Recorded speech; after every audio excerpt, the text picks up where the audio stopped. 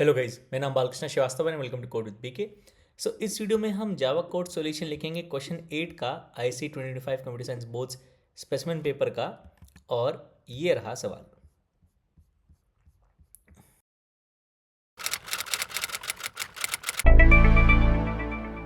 तो शुरू करने से पहले इट इज़ रिक्वेस्ट कि प्लीज़ सब्सक्राइब करेगा मेरे चैनल को, क्योंकि मेरा चैनल नया है और आपका सपोर्ट, आपका सब्सक्रिप्शन बहुत ज़रूरी है। सो प्लीज़ सब्सक्राइब करेगा मेरे चैनल को। और मैं कोडिंग इंग्लिश में भी पढ़ाता हूँ अपने code with BK English channel पर। उस चैनल का लिंक आपको इस वीडियो के डिस्क्रिप्शन में मिल जाएगा। तो आईसी के सोल्यूशंस हो गए, C++ प्रोग्रामिंग हो गया, जावा प्रोग्रामिंग हो गया, और बहुत सारे कॉन्सेप्ट्स मैं इंग्लिश में भी पढ़ाता हूँ अपने code with BK English channel में। प्लीज़ थोड़ा समय निकाल के चेक करिएगा और अपने रिव्यू जरूर बताइएगा। तो चलिए शुरू करते हैं। हमको सॉल्व करना है ये वाला सवाल। ओके, 1 मिनट लीजिए, इसको पढ़ लीजिए। ओके, तो हमको लिखना है इसमें क्लास एलसीएम, जो कि लोएस्ट कॉमन मल्टीपल होता है। तो दो इंटीजर्स दिए गए हैं n1 n2 जो कि डेटा मेंबर्स हैं, उनका एलसीएम निकालना है, जो कि एक डेटा मेंबर है लोअर केस एल। ओके, दो डेटा मेंबर्स और दिए हैं, लार्ज और small, to store the larger and the smaller of n1 and n2। Okay, right. Default constructor to initialize all the members with legal initial values, मतलब सबको 0 set कर देना है। ऐसे मेथड में सिर्फ n1 n2 लेना है, तो n1 n2 लेना है, फिर लार्ज और स्मॉल को सेट करना है बेस्ड अपॉन n1 n2, और फिर एलसीएम एल कैलकुलेट करना है। ये वाला मेथड कोड करना है जो कि एलसीएम रिटर्न करेगा, और ये रिकर्जन यूज़ करना है। एलसीएम को रिकर्जन में यूज़ करना है, मतलब ये सीधा सीधा सवाल नहीं है। तो इसमें दो कोर कॉन्सेप्ट्स, एक बहुत ज़्यादा कोर नहीं, एक तो एलिमेंटरी कॉन्सेप्ट मान लेते हैं, लेकिन दो कॉन्सेप्ट इसमें यूज़ हो रहे हैं, जिसमें से एक बहुत ही कोर है, स्ट्रॉन्ग कॉन्सेप्ट है। अगर आपको वो नहीं आता तो उस पॉइंट ऑफ टाइम पर क्वेश्चन पेपर के सामने देखकर आप शायद इसको सॉल्व ना कर पाओ। ओके, फिर अगला आता है void display to print numbers n1 n2 and then LCM. Okay, main function भी लिखना है इसमें और ऑब्जेक्ट बना के फंक्शंस कॉल करना है। ओके, स्टार्ट करते हैं। क्लास का नाम है LCM, class LCM. Okay, data member से private int n1 n1 n2 large, sm is small, right. sm जो क्लास का नाम है, जो डेटा मेंबर्स का नाम है, उसको एज इट इज़ रखिएगा, कुछ भी चेंज मत करिएगा। आप एग्जामिनर को कोई मौका नहीं देना चाहते कि आपको मार्क्स काटे। ओके, तो जैसे आइडेंटिफायर नेम्स, क्लास का नाम, डेटा मेंबर्स का नाम, फंक्शंस का नाम, जो जैसा दिया है वैसा इसको लिखिए। और फिर अगला है लोअर केस एल। ओके, फिर हम आते हैं अपने कंस्ट्रक्टर में, पब्लिक एलसीएम, और ये सेट करेगा n1 को 0 पे और बाकी सबको भी 0 पे। लार्ज लीगल इनिशियल वैल्यू मतलब कोई भी इंटीजर। ओके, कन्वेंशनली हम 0 सेट करते हैं। फिर हमको लिखना है accept method to accept the value of n1 n2 from the users. तो पब्लिक वॉइड एक्सेप्ट, मैं डेटा मेंबर्स सारे प्राइवेट लेता हूँ, कंस्ट्रक्टर और मेंबर फंक्शंस को हमेशा पब्लिक लेता हूँ। ओके, तो scanner object to read from the user. Okay, scanner equal to new scanner system dot in. Okay, और मैं यूजुअली स्कैनर एक्सेप्ट फंक्शन में ही लिखता हूँ, जिसमें हमको इनपुट रीड करना होता है, क्योंकि मेरा लॉजिक ये है कि स्कैनर का काम मुझे इसी फंक्शन में आ रहा है। आप स्कैनर को स्टैटिक भी ले सकते हो, स्टैटिक। ओके, फिर आपको इसकी ज़रूरत नहीं है।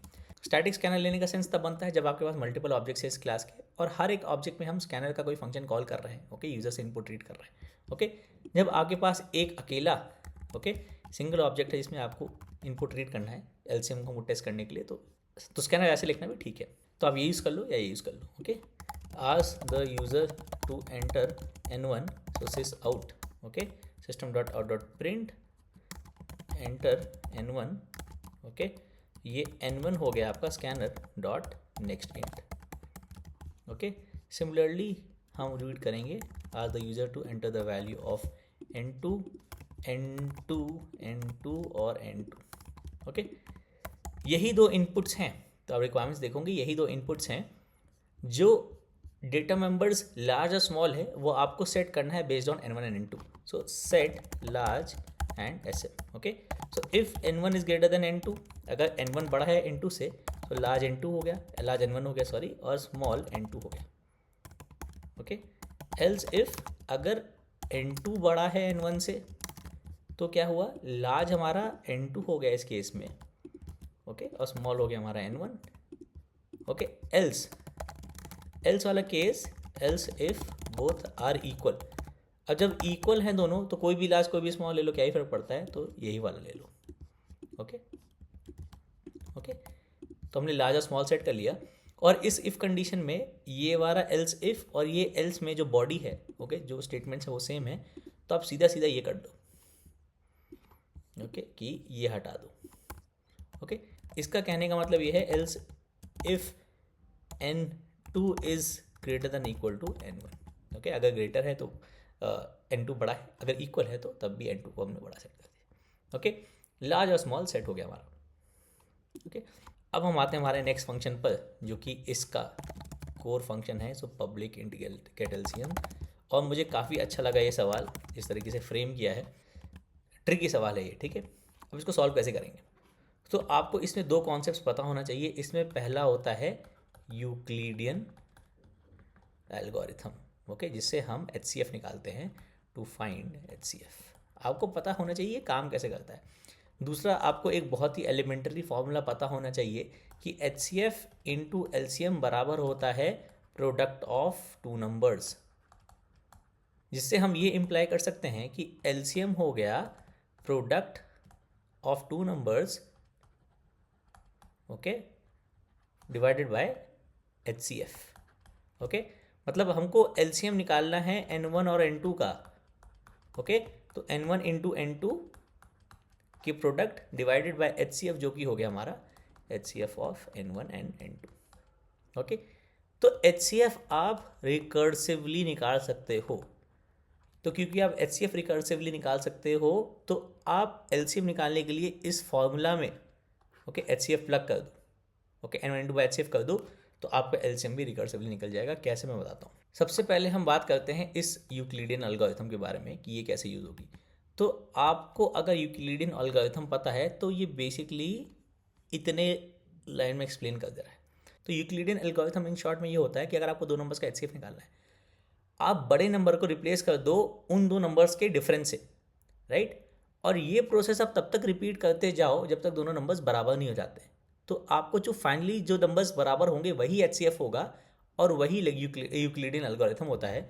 तो अगर आपको 12 और 4 का HCF निकालना है तो 12 को रिप्लेस कर दो इन दोनों के डिफरेंस से, सो 12 माइनस 4 और 4 हो गया, मतलब 8 और 4 हो गया। फिर अभी ये बराबर नहीं है तो इन दोनों का डिफरेंस हो गया 8 माइनस 4, तो हमने लार्जर को 8 माइनस 4 से रिप्लेस कर दिया और 4, तो 4 और 4, तो जब ये बराबर हो गया तो HCF 4 है, जो कि हमको पता था, ओके। 6 और 14 का HCF निकालते हैं, ओके। HCF इनका 2 है, हमको पता है, तो 6 सेम रहा, 14 को हमने रिप्लेस कर दिया डिफरेंस से, 6 और 8 हो गया। 6 सेम रहा, 8 को रिप्लेस कर दिया हमने डिफरेंस से, तो 6 और 2 हो गया। 6 अब रिप्लेस हो गया, लार्जर वैल्यू है अब 6, ओके। यहाँ 8 लार्जर वैल्यू था, 14 लार्जर वैल्यू था, ओके। 4 और 2 हो गया, 4 है larger value, 4 is replace by difference, ये 2 और 2 हो गया, दोनों बराबर हो गए तो HCF हो गया, ओके। दो प्राइम नंबर ले लेते हैं 3 और 5, इनका HCF 1 है, तो 5 is replace by the difference, तो ये 3 और 2 हो गया।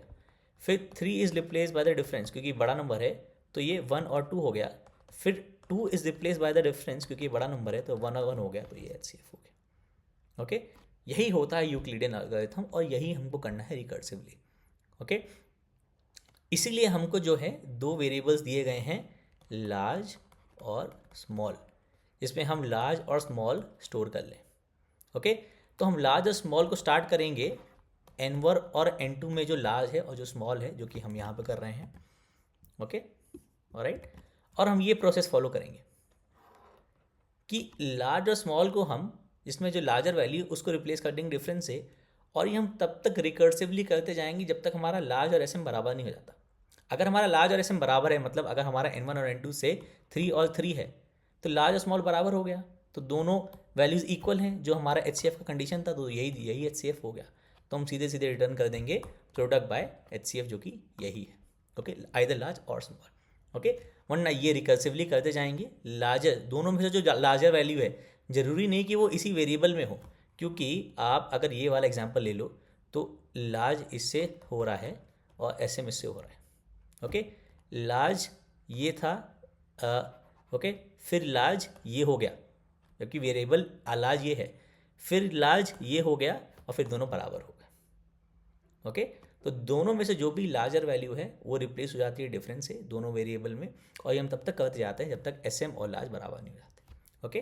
कहने का मतलब ये है, इस फंक्शन में जब SM बराबर लार्ज होगा तब हमको HCF मिल गया है, हमको HCF मिल गया है जो कि इन दोनों में से कोई भी वैल्यू है, SM या लार्ज है, तो हम रिटर्न कर देंगे N1 into N2 by HCF। So return product of the numbers N1 into N2 by HCF जो कि हो गया SM। ओके, ये कर दो या ये कर दो, बात एक ही है क्योंकि दोनों बराबर है। Okay, else if SM and large are not equal, मतलब ये दोनों अनइक्वल वैल्यूज हैं, तो replace the larger value by the difference. Okay, मतलब अगर इस लार्ज वेरिएबल में बड़ी वैल्यू है, ओके, तो डिफरेंस हो गया लार्ज माइनस SM। ओके, हमने लार्ज में स्टोर कर दिया डिफरेंस। एल्स, ओके, एल्स वाला पार्ट हो गया, else if SM has the larger value. Okay, अब वेरिएबल नाम पे मत जाओ, वेरिएबल नाम इसीलिए हमने लार्ज और SM लिया है क्योंकि वो starting large and smaller values है। विथ टाइम, विथ आइटरेशंस, इनके वैल्यूज एक्सचेंज हो रहे हैं लार्जर और स्मॉलर वन। ओके, तो अगर SM has the larger value, फिर डिफरेंस हमारा SM माइनस लार्ज हो जाएगा। ओके, और हमारा SM हो जाएगा डिफरेंस, क्योंकि लार्जर वैल्यू को डिफरेंस से रिप्लेस करना है, और फिर return get LCM recursively call कर दिया इस फंक्शन को। ओके, मतलब ये सेम प्रोसेस हमने रिपीट कर दिया आफ्टर रिप्लेसिंग द वैल्यूज। तो जब ये बराबर हो जाएंगे तो ये LCM रिटर्न हो जाएगा। ओके, तो आपको ये दो कॉन्सेप्ट्स तो आने चाहिए थे टू सॉल्व दिस प्रॉब्लम, क्योंकि मुझे और कोई तीसरा मेथड समझ में नहीं आया जिससे हम रिकर्सिवली सॉल्व कर सकते हैं, क्योंकि रिक्वायरमेंट बोला है रिकर्जन। ओके, और LCM इन्वॉल्व है, दो नंबर्स इन्वॉल्व है, तो मेरे को तो HCF ही स्ट्राइक करेगा। ओके, तो ये तो हो गया आपका गेट LCM मेथड। नेक्स्ट है हमारा डिस्प्ले, तो इसमें सिर्फ नंबर्स को डिस्प्ले कर देना है। पब्लिक वॉइड डिस्प्ले, तो सिस आउट N1 हो गया हमारा प्लस N1, N2 हो गया हमारा N2। ओके, और LCM हो गया हमारा L।